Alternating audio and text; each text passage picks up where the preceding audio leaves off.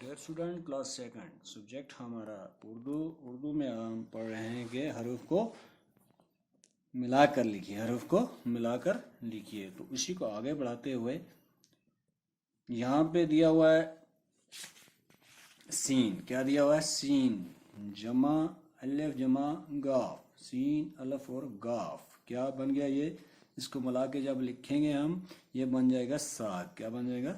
ساگ.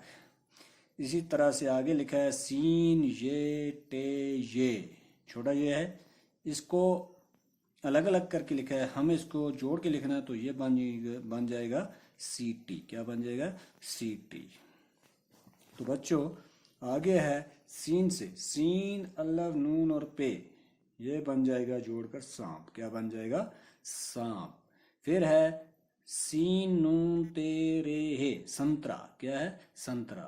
تو اس کو جوڑ کے لکھیں گے ہم، یہ کیا بن جائے گا؟ سنترا. سین سن تے رے اور ہے سنترا.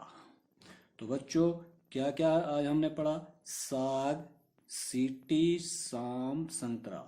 یہ الگ الگ ورڈ تھے، ان کو ہم نے جوڑ کے کیا بنا دیا؟ سین الف اور گاف، اس کو جوڑ کے ساگ بن گیا.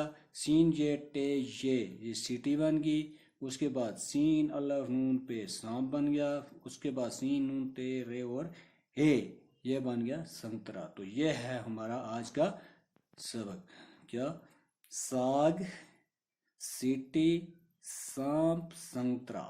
ساگ، سیٹی، سانپ، سنترا. ساگ، سیٹی، سانپ، سنترا. کیا ہے؟ ساگ، سیٹی، سانپ، سنترا. ساگ، سیٹی، سانپ، سنترا. تو بچوں اس کو آپ نے کیا کرنا ہے؟ اپنی نوٹ بک پر لکھ کے رکھنا ہے اور یاد کرنا ہے.